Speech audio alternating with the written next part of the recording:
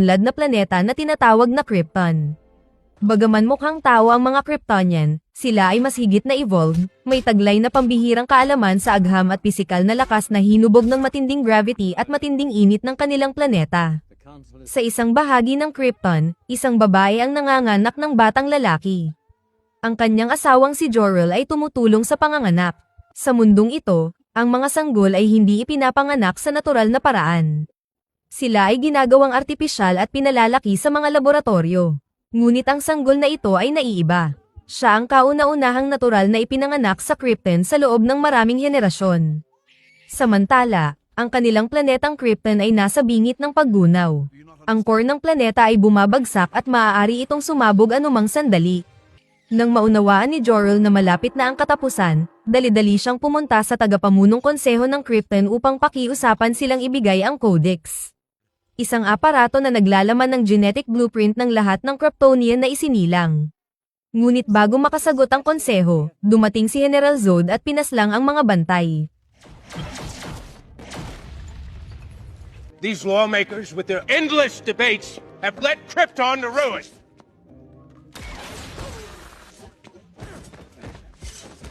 Hinimok ni Zod si Jor-El na sumama sa kanya upang mapanatili ang mataas na lahi ng mga Kryptonian, ngunit tumanggi si Jor-El. Habang dinadala siya ng mga tauhan ni Zod, nakatakas siya sa tulong ng kanyang robot. Sa labas, nakita ni Jor-El ang kaguluhan sa paligid. Sumakay siya sa isang nilalang na may pakpak na tinatawag na Hiraka na nagdala sa kanya sa Genesis Chamber, kung saan isinilang ang mga sanggol na Kryptonian. Lumangoy siya papunta sa sentrong bahagi at kinuha ang Codex. Dinala niya ito pabalik sa Citadel kung saan naghihintay si Lara kasama ang kanilang sanggol. Gamit ang teknolohiyang Kryptonian, pinagsama niya ang genetic data ng Codex direkta sa mga selula ng kanyang anak at iniwanan siya ng isang susi na may letrang S. Samantala, natukoy na ni Lara ang isang malayong planeta na tinatawag na Earth kung saan maaaring mabuhay ang kanilang anak. Pinangalanan nilang Kal-El ang kanilang anak ng may pagmamahal, at inilagay siya sa isang maliit na spacecraft. Habang inihahanda nila ang paglulunsad ay nag-alangan si Lara. Labis ang kanyang pighati dahil hindi na niya maririnig ang unang salita ng kanyang anak o masisilayan ang una nitong paghakbang. Pinatatag ni Jor-El ang kanyang loob, sinasabing nakatakdang maging dakila ang kanilang anak at gagawa siya ng mga kamanghamanghang bagay sa planetang Earth. Habang sinisimulan na nilang ilunsad ang spacecraft ay dumating si Zod na sinubukang pigilan sila at hininging ibalik ang Codex.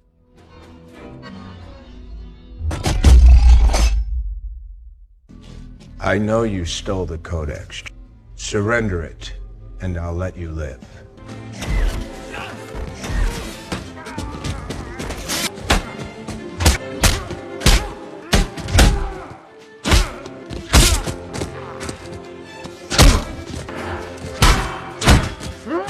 Natalo niya si Zod na nakiusap kay Lara na pigilan ang paglulunsad ng spacecraft, ngunit pinaalis pa rin niya ito. Sa galit, sumigaw si Zod at pinatay si Jor-El. Ipinagutos niyang pabagsakin ang spacecraft na sinasakyan ni Kal-El, ngunit biglang inatake ang kanilang spaceship at sila ay nadakip ng otoridad. Pagkatapos, sina Zod at ang kanyang mga kasamahan ay nilitis dahil sa pagpatay at pagtataksil at hinatulan silang ipadala sa Phantom Zone. Habang dinadala siya, minura ni Zod ang konseho at nangako kay Lara na hahanapin niya ang kanyang anak upang bawiin ang Codex. Sila ay inilagay sa stasis at isinakay sa Black Zero, isang napakalaking sasakyang Kryptonian, na pagkatapos ay inilagay sa Phantom Zone. Bumalik si Lara sa kanilang tahanan, at habang sumasabog ang Krypton, nanalangin siya na sana ay makagawa si Kal-El ng mas mabuting mundo. Shouldn't you find refuge?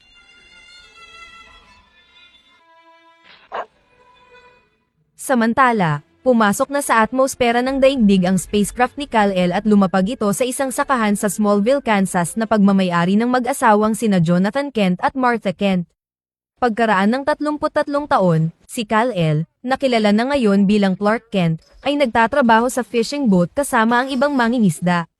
Nakatanggap sila ng distress signal na may nasusunog na oil rig malapit doon at ang mga manggagawa ay natrap na walang kasiguraduhang may sasagip sa kanila. Nagmadaling umalis si Clark upang iligtas ang mga natrap sa loob, at namangha sila nang makita siyang naglalakad sa gitna ng apoy. Nailigtas niya ang mga natrap, ngunit naiwan siya upang pigilan ng isang mabigat na piraso ng metal.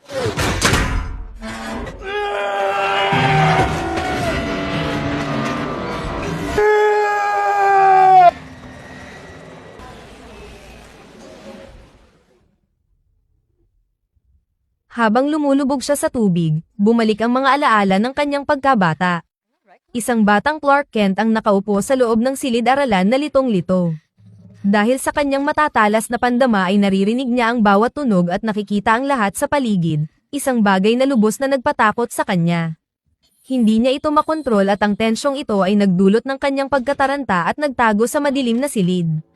Tinawagan ng kanyang inang si Martha Kent upang pakalmahin siya. How can I help you if you won't let me in? The world's too big, Mom. Then make it small. Balik sa kasalukuyan, matapos makaligtas sa insidente sa oil rig ay nagnakaw ng damit si Clark sa kalapit bahay. Habang naglalakad sa kalsada, napansin niya ang isang school bus na agad namang nagdala ng isa pang alaala. Ilang taon na ang nakalipas habang pauwi siya galing sa paaralan ay may isang bully na nagngangalang Pete Ross ang nangasar sa kanya nang biglang sumabog ang gulong ng bus na kanilang sinasakyan at nahulog sa ilog.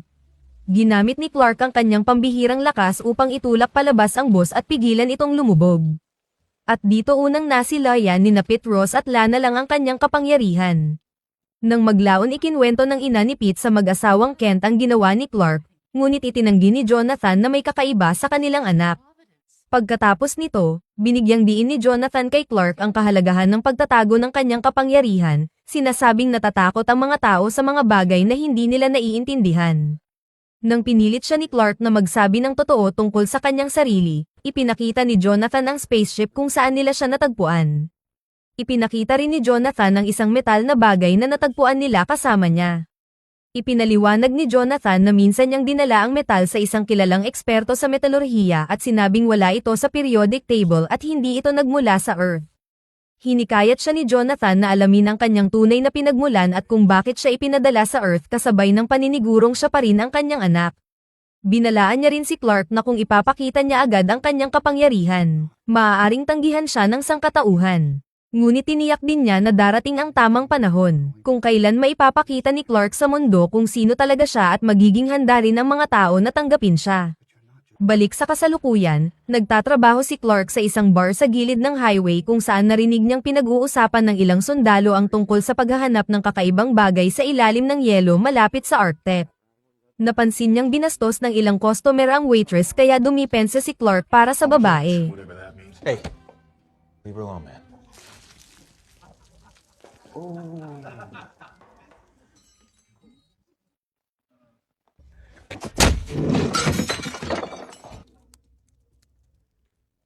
Asshole, don't forget your tip. Hindi gumanti si Clark pero sinira niya ang truck ng customer bago niya nilisan ang bayan. Sa Arctic, isang reporter ng Daily Planet na si Lois Lane ay dumating sakay ng helicopter upang iulat ang natagpuang bagay sa ilalim ng yelo, at si Clark, na nagpapanggap na trabahador ang nagbitbit ng kanyang mga bag.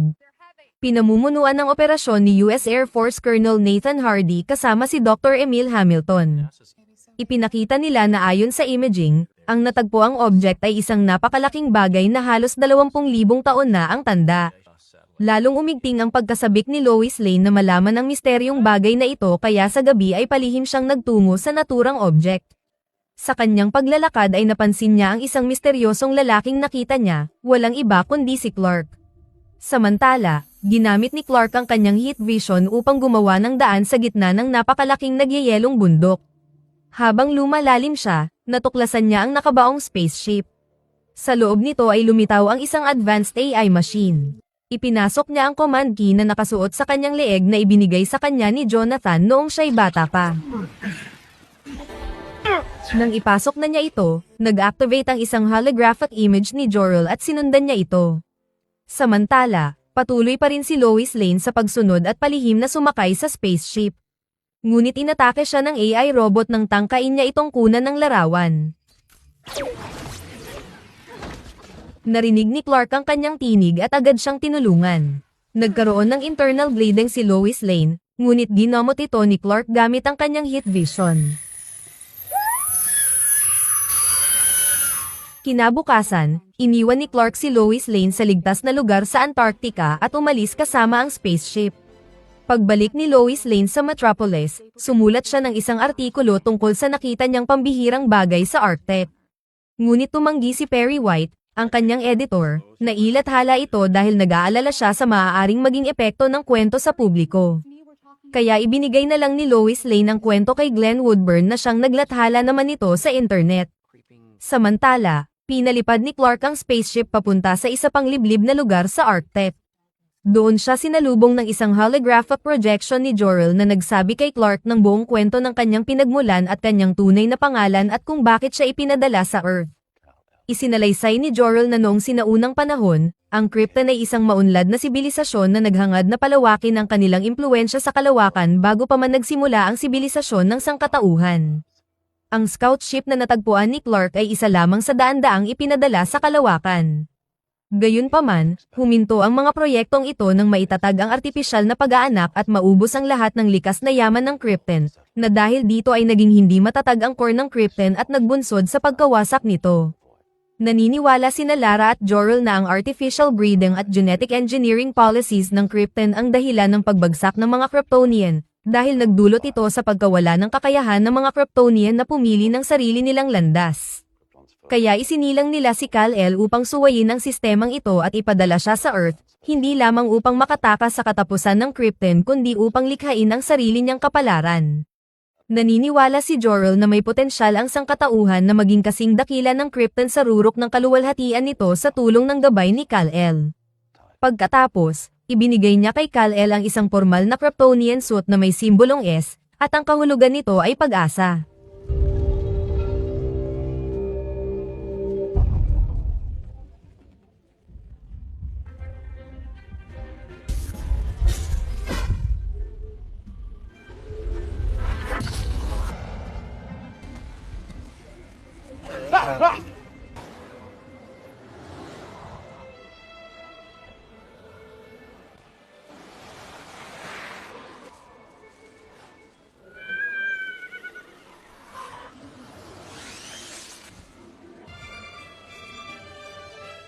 Pagkatapos ay bumalik ang kwento kay Lois Lane.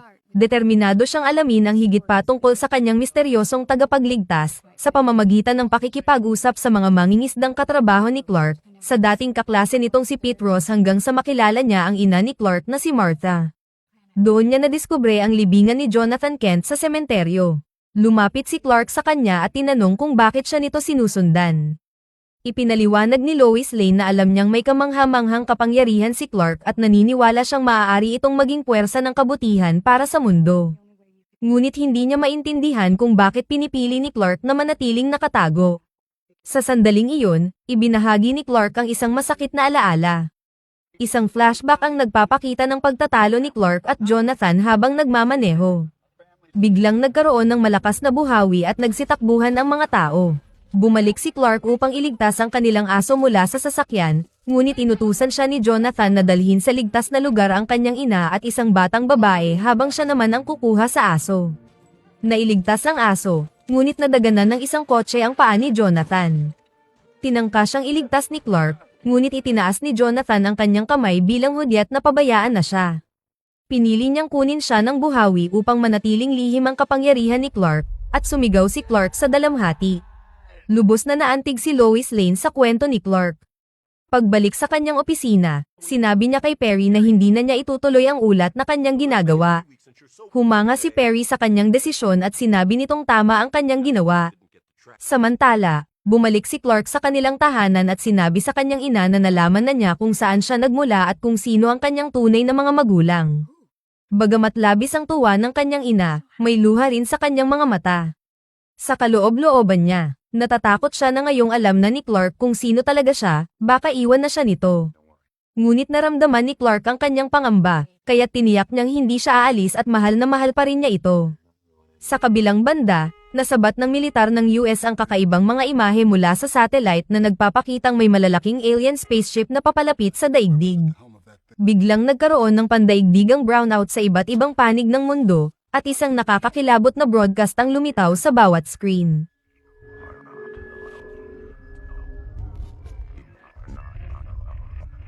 Ipinapakita sa video ang isang lalaki na inihayag ang sarili bilang si General Zod, at nagbigay ng babala sa mundo tungkol sa presensya ni Kal-El. Nagbigay siya ng ultimatum sa mga tao ng Earth na kung hindi susuko si Kal-El sa loob ng 24 oras ay magdurusa ang sangkatauhan. Takot at kalituhan ang bumalot sa mga tao. Kumalat ang pagkataranta sa buong mundo habang lahat ay nagtatanong, sino si Kal-El? Kinabukasan, ang reporter na si Woodburn na siyang tanging pinagbahagian ni Lois Lane ng kanyang natuklasan tungkol sa mga alien ang nagbunyag ng impormasyon sa telebisyon. Isiniwalat niya ang koneksyon ni Lois Lane kay Kal-El, ang lalaking hinahanap ng mga alien. Tinawagan ni Perry si Lois Lane para kumpirmahin kung totoo ba ang mga pahayag ni Woodburn ngunit tumanggi siyang magsalita. Kasabay nito ay dumating ang mga FBI sa kanyang tirahan at inaresto siya bago pa siya makatakas. Habang nararamdaman ni Clark na wala sa kanyang kontrol ang sitwasyon, lumapit siya sa simbahan upang humingi ng gabay. Doon, nahirapan siyang labanan ng kanyang konsensya, hindi sigurado kung ang pagsuko ba niya ay makapagliligtas o tuluyang magdadala ng kapahamakan sa mundo. Ngunit pagkatapos ng ilang pagninilay, sa huli ay voluntaryong lumapit si Clark sa militar at pinahintulutang gapusin siya at interogahin. Sa silid ng interogasyon, kasama niya si Lois Lane na nagtanong tungkol sa simbolo sa kanyang dibdib.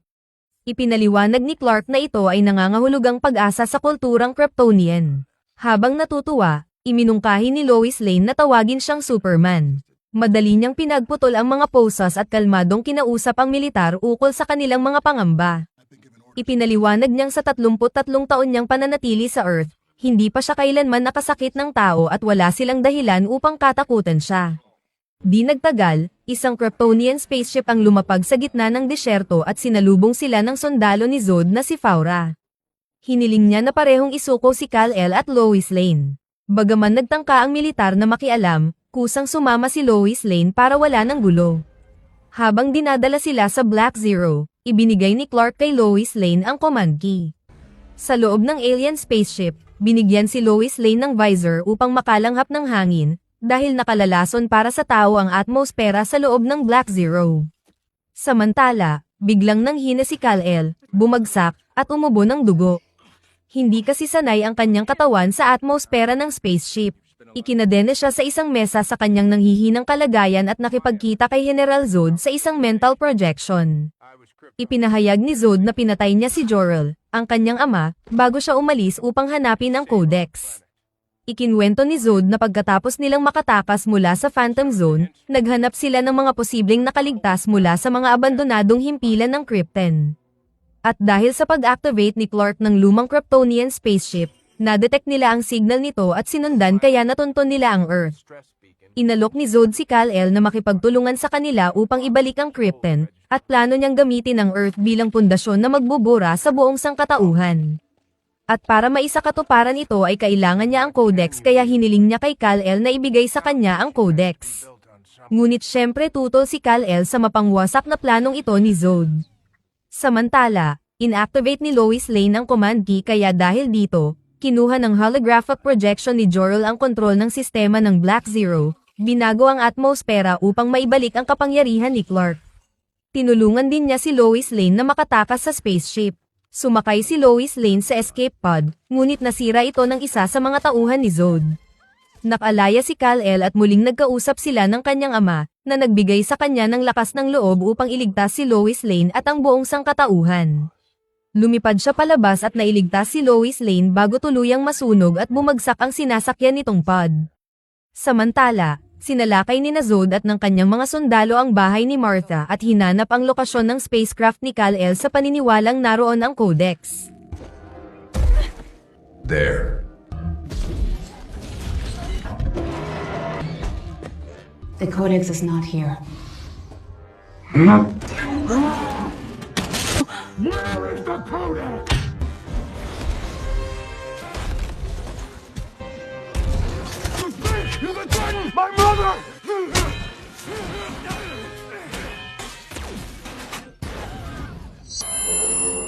What have you done to me? Without your helmet, you're getting everything.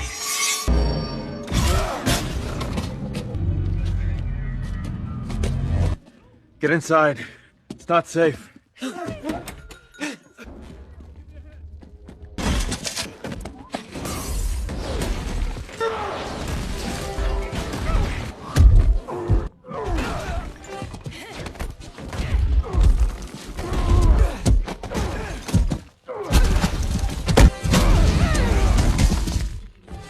All Rangers, I need you to engage the targets. Guardian, this is Batter 01. What about the guy in blue?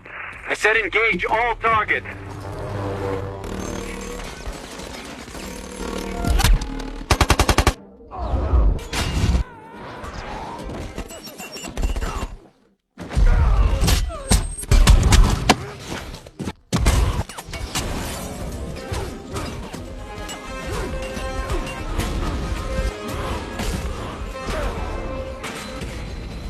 A good death is its own reward. For every human you save, we will kill 1,000,000 more.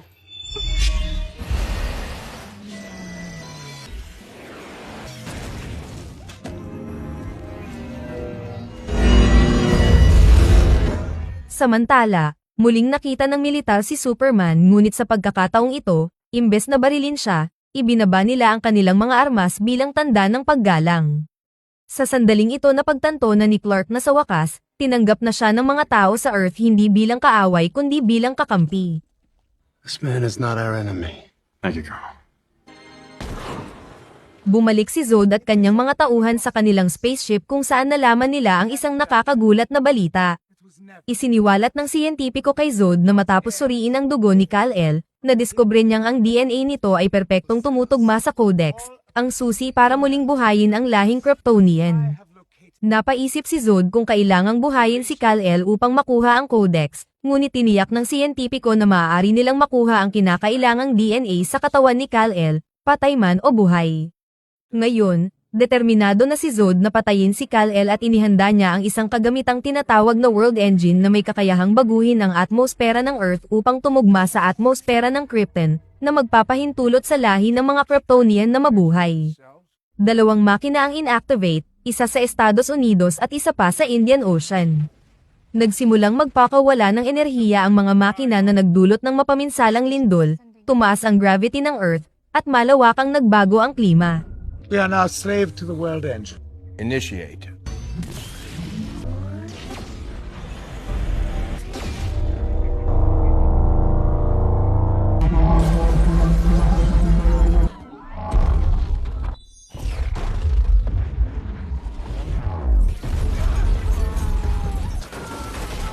Habang nagkakagulo at nagtatakbuhan ang mga tao, dumating si Lois Lane at isiniwalat na alam niya kung paano sirain ang mga makina, gamit ang impormasyong ibinigay sa kanya ni Jor-El mula sa ship. Ang plano ay gamitin ang spacecraft ni Clark na nakatago sa kanilang sakahan.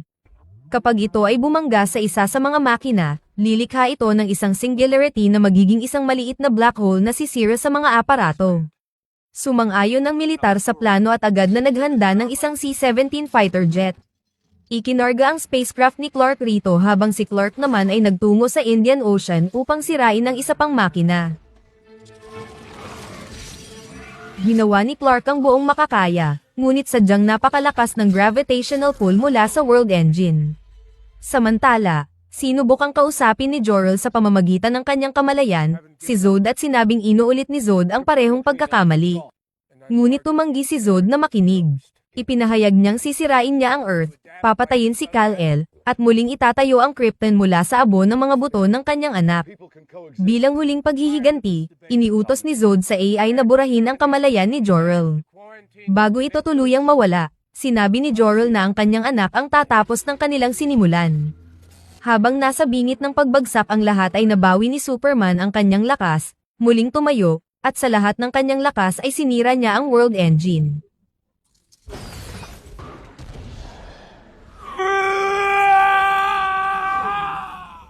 Bilang resulta, humina ang epekto ng gravity sa buong mundo. Samantala, sina Lois Lane at ang militar ay nakikipaglaban sa mga sundalo ni Zod. Sinubukang sirain ni Zod ang eroplanong militar na may dalang sasakyan ni Superman. Ngunit dumating si Superman sa tamang oras at napigilan ang pag-atake ni Zod.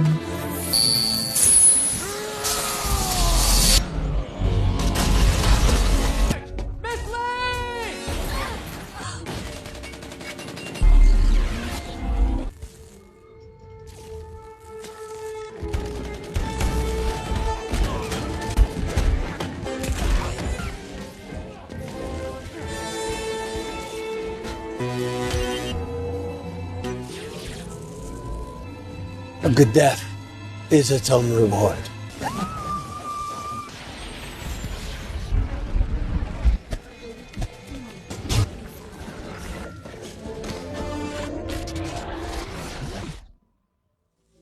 We could have built a new Krypton in this squalor, but you chose the humans over us. My soul, that is what you have taken from me!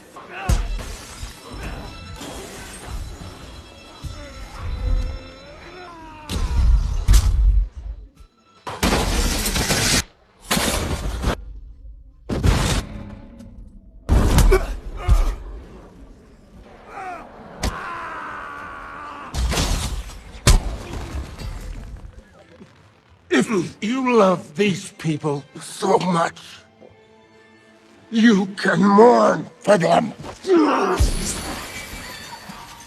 Don't do this!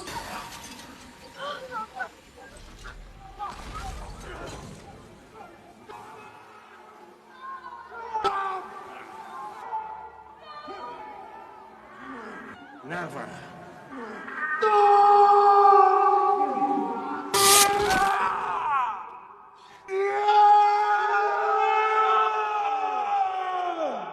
Sa matinding labanan, napilitang patayin ni Superman si Zod sa pamamagitan ng pagbali ng leeg nito, at ito ang kauna-unahang pagkakataon na ginamit niya ang kanyang kapangyarihan upang pumatay. Lubos itong nakaapekto sa kanya dahil hindi niya kailanman ginustong manakit, ngunit alam niyang kinakailangan ito upang protektahan ang sangkatauhan. Lumipat ang eksena at isang satellite ang bumagsak malapit sa command center ng militar. Dumating si Superman at sinabi sa mga sundalo na hindi na nila siya maaaring bantayan. Ipinahayag niya ang kagustuhang mamuhay ng malaya at hindi kontrolado ng pamahalaan.